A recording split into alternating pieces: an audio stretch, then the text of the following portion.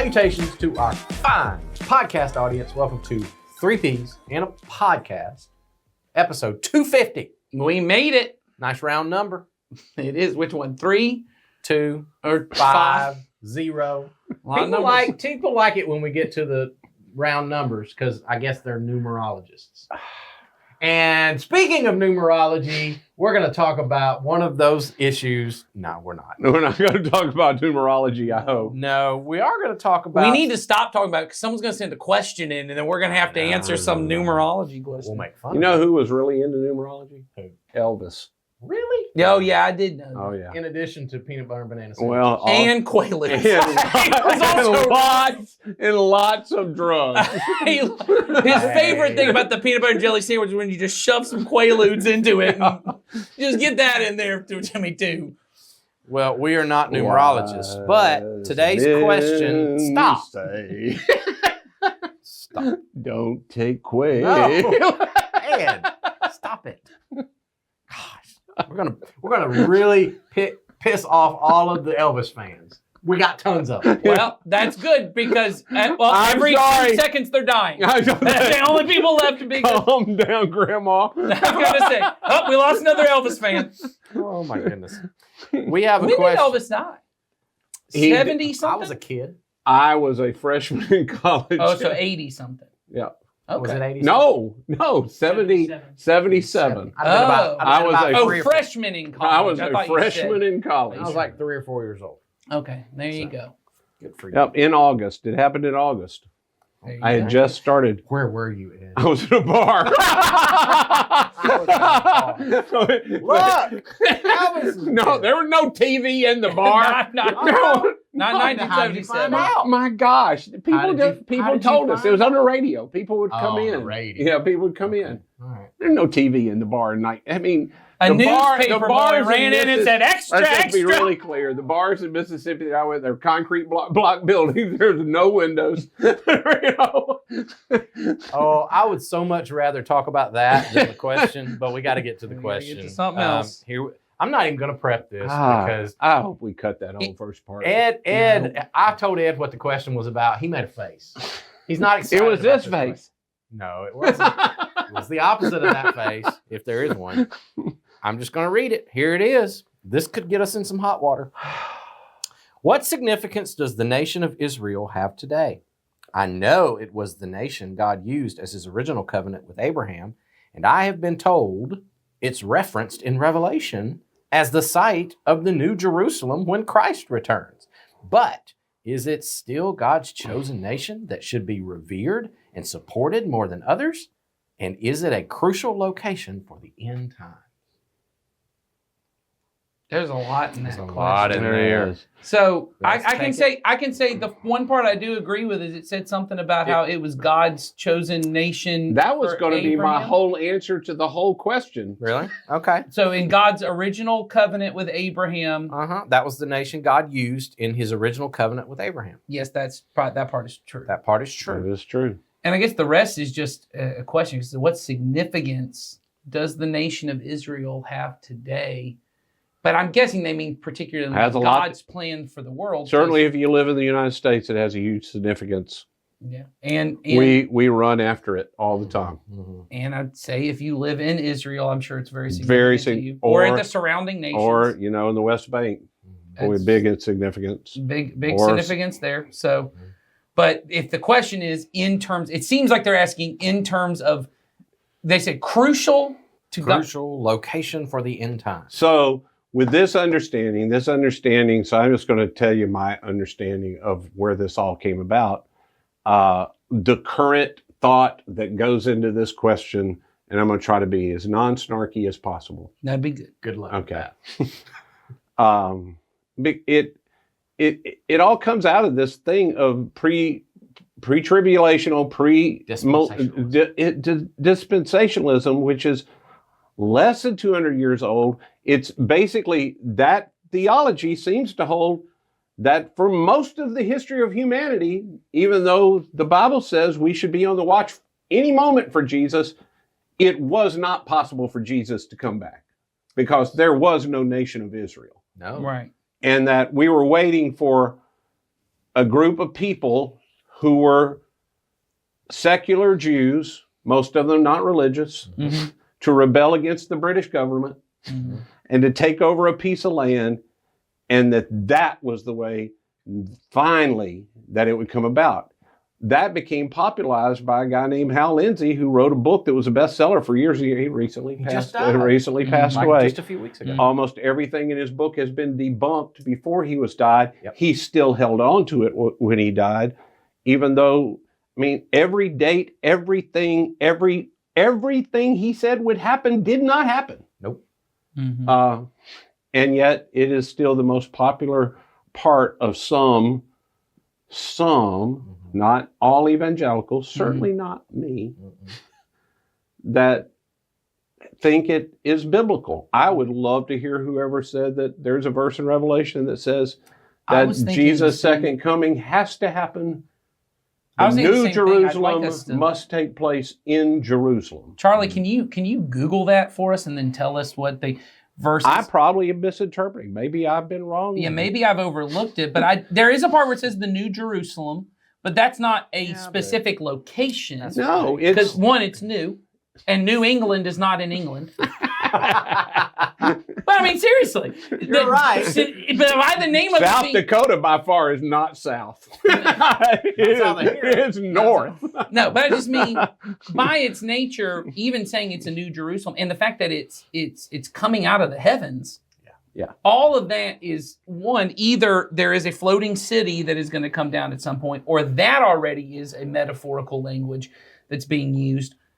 It's just The part that I do want to say while Charlie's looking it up and whether he'll find something or not, the crucial location for the end times. The end times is going to be everywhere. That's right. right. So this idea there Every is eye one- will see.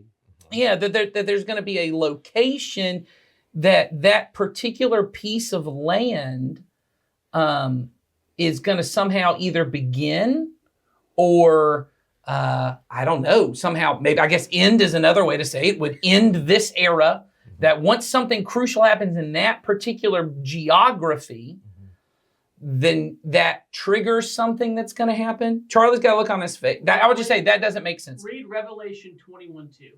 I don't have a mic, so I'm not going to do it. Okay, read Revelation 21:2.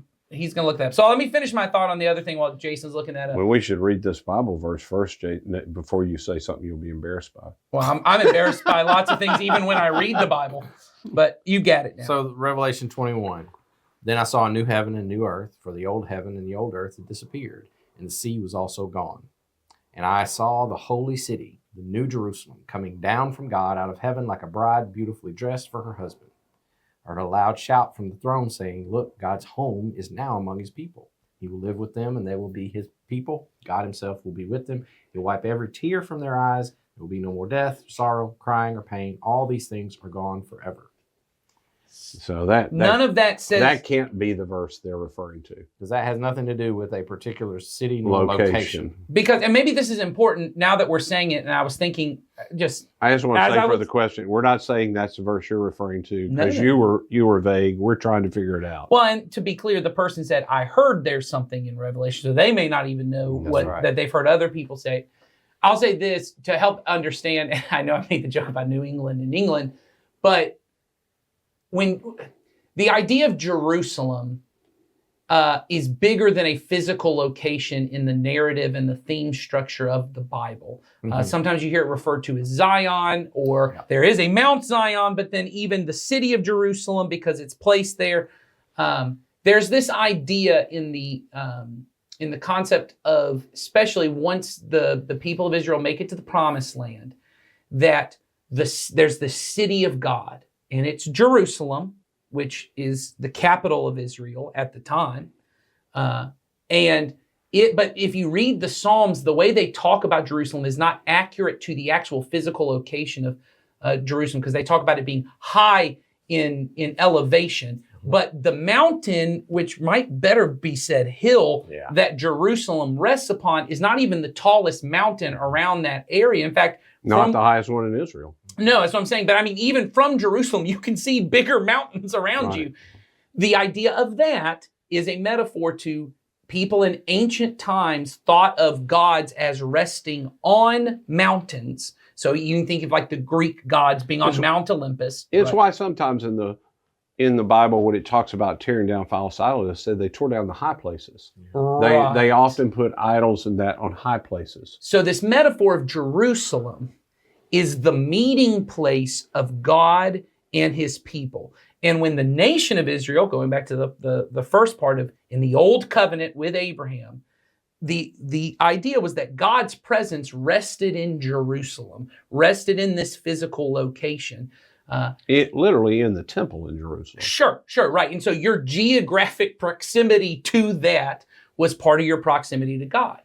But the point of the new covenant is that, and we just sang about this on Sunday, and Becky, who led our guided communion, reminds us that when the veil is torn, there's this symbolic, God's presence was already all over the world, but it was this symbolic thing of God is no longer held in temples built by human hands. He now dwells within people. And so this idea of a new Jerusalem is not saying the physical location of Jerusalem. No. They're bringing a new city that's going to rest on top of the old physical location. It's saying that, as we just heard there, the dwelling place of God and people, this Zion, Jerusalem location is now this completed version. It's one of the frustrating things for me is when people give me interpretations for the book of Revelation, is that they are inconsistent in the way they deal with imagery. Yeah, Yes. that's right. It Sometimes it's literal. sometimes it's and there's Sometimes nothing it's symbolic. there's nothing in the text that indicates one way or the other. I think it's by its genre of literature, it's mostly symbolic. Mm-hmm. Yes. Almost all symbolic. But all along through history, there's been a beast that we're looking for, Mm-hmm. and nobody's looking for a beast. They're all Right. pointing to a dude, Yeah, they're all pointing to a human and they name the dude, and they think it's a dude. I mean, he ain't got no horns, he ain't got no tail, he ain't got no beast-like characteristics. 7 heads with 7 horns. He's and just a dude. But There's some numbers. then you read other imagery, and this is literally Jerusalem. Well, what in the text gave you the indication Right. that one was literal and one was figurative? That's right. Yeah. So all of this, in my opinion, this is my opinion, I am often wrong, and particularly I have not spent my life trying to figure out the book of Revelation because I think it's fairly clear. It's a book written by a pastor who loved his people. They are undergoing intense persecution. He himself is undergoing persecution. They understand the Old Testament inside and out better than we do. They could quote it. Mhm. They knew the imagery available in it. He is writing to them to encourage them in the midst of persecution to hang on to their first love and not give into the empire who is trying to gain their loyalty. Right. That's at the heart of it. And he's telling them that God is at work. He is in heaven. The prayers of the people that they have lost are still there. He's at work, and there will come a day when all of this will be done, so don't give up. That's the overarching thing of the book. It is not trying to set a date. It is not trying to set a time, because Jesus himself said, don't be doing that stuff. What I heard somebody recently on one of the podcasts I listened to, Ed, you were talking about the imagery found in Revelation and how it was readily available to the people there. It was written to them so that they would have understood it. He said, imagine today you read a newspaper article or an online article, Mm-hmm. and it says, last night in a battle to end all battles, the Raptors demolished the Hawks and wiped the floor with them. He said, everybody who is a sports fan knows exactly what that means. That's right. He said, now, if you had no knowledge of basketball and the sport and our culture, you would read that from thousands of years away, and you could come up with pretty much anything to Mhm. say what that meant. Somebody cloned dinosaurs, and there Yeah. were birds, and they were literally fighting, and the And it was- dinosaurs won. Yeah, and he said, so that's what we're reading when we're reading Revelation. That's right. That's I right. thought, wow, that's an interesting Well, way to and put it. in particular, so yes, on all the context, but it also is the conclusion of the entire biblical narrative. To your point of bringing back these Old Testament themes, what is happening from beginning to end? You have it's a unified story leading to Jesus, right? And then what's happening after the narratives of Jesus is these pastors and church leaders trying to interpret how we are now to live in light of what Jesus has done. And Revelation is, and what he will do. Right. What he has done, what he's currently doing, and what he will do at one point. And to do this, it's using these biblical images from the Old Testament and these themes, like we just talked about with the New Jerusalem, and even this idea of a dragon and beast. That's Old Testament language that he's bringing in to talk about the struggle of sin and all these different things. And when we take that, of which I do think there's value to, as we've said, to help us understand as we live currently now in a really powerful nation. As they lived in the Empire of Rome, we live in a very globally powerful nation. If there is an empire, we are in it. Right. For us to live in that and to say, how do I not get so focused on the name of nations and the power of nations and become more aligned with the kingdom of God and its values? And so when you ask the question of what is the significance of Israel, when you talk about the end times, I would say very little. But when you say significance of Israel, I believe they are eternally significant to God, just as those who live in the nation of America are significant to God. And all those nations in Africa that their names change about every 20 years and their flags change every so often, all of those people matter to God. And so there is a significance to those things. But the point of what Jesus did is that empires and nation states and earthly kingdoms no longer have the final say over what God is up to in the world. There is a kingdom he has established. And though it does not have a physical location on a map, and it does not have a flag that you could pledge allegiance to, and it does not have an army that you could serve in, it is active in the world, and it is what God is using to bring about his purposes in the world. And so, Well, the other thing I see with all of the dispensationalism and the focus on Israel and the end times and setting dates and what battle's going to be is it continues to me, it really fits into a paradigm that is a paradigm that I think has gotten the church largely off track of.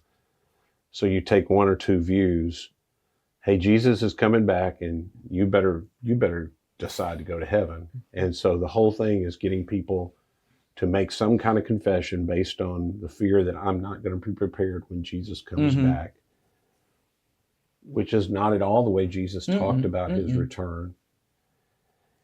Or it's some way of me trying to figure out how I can control and bring about the return of Jesus by supporting certain entities or those kind of things, none of which I have been told I have any role. I don't have a role to play in that. And it becomes a consuming passion, my experience. I don't know every person that does this, so I'm not trying to talk. If this isn't you, it isn't you.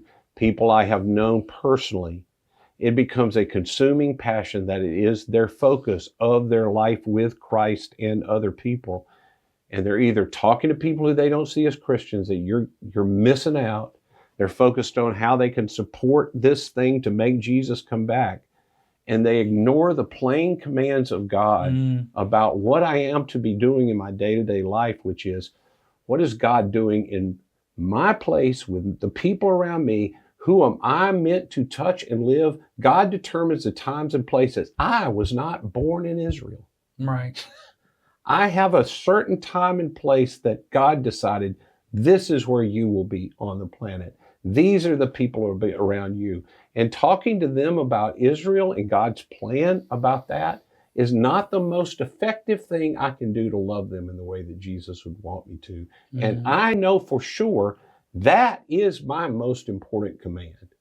Well, and I think to that point, that is ultimately what the book of Revelation is trying to get to. It is taking what feels like, must have felt like for those in Rome who are Christians and are just trying to live good, quiet lives, loving their neighbors, serving their neighbors, sharing the gospel with people. And off and on, there seems to be more evidence now that persecution in Rome was off and on. It wasn't like That's right. forever there was persecution, but it seems to be at certain times it became now really painful to be a Christian.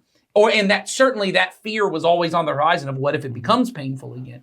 Those people, what he's doing is he's saying, you staying faithful to Jesus, you loving your neighbors and serving them is this cosmically important thing that you can't see. It's all wound up in this grand narrative of a dragon being cast out and these massive armies. It isn't to say that's literally what's happening. It's saying this is the grand drama that's happening behind the scenes you can't see. And to Ed's point, your focus is not to now join the army and go cast down a dragon somewhere. Your job is every time you love your neighbor, every time you share Jesus with someone, every time you serve someone who's sick or needy, you are actually pushing back the dragon. You are actually being a part of this cosmic battle that is going on. That's how we wage war. It's not these other ways. So to your point, we get caught up in these metaphors and go, I got to figure out who I'm supposed to be fighting and who I'm supposed to be supporting. And God said, I've already told you what you're supposed to do. This is what it looks like to fight the dragon. It's to love your neighbor. It's to forgive your enemies. It's to move forward and, all these different things. And that's really the cosmic drama of Revelation, is those simple things. I don't know how satisfying that answer was. Probably not very. Probably not very. My advice would be, if you're still interested in this question and you're struggling through some of those things in Revelation, go buy the book, Revelation for the Rest of Us by Scott McKnight. Read it and then ask questions. Yeah. Enough said on that. That's a great book. It's a great book. a great book. All right. So we'll be back next week. We've got some questions next week about prayer. Lots of folks ask questions about prayer. We have some more specific ones. So I will look forward to having that conversation. I love talking about prayer. So if you do, come on back next week. We'll do it together. See you then.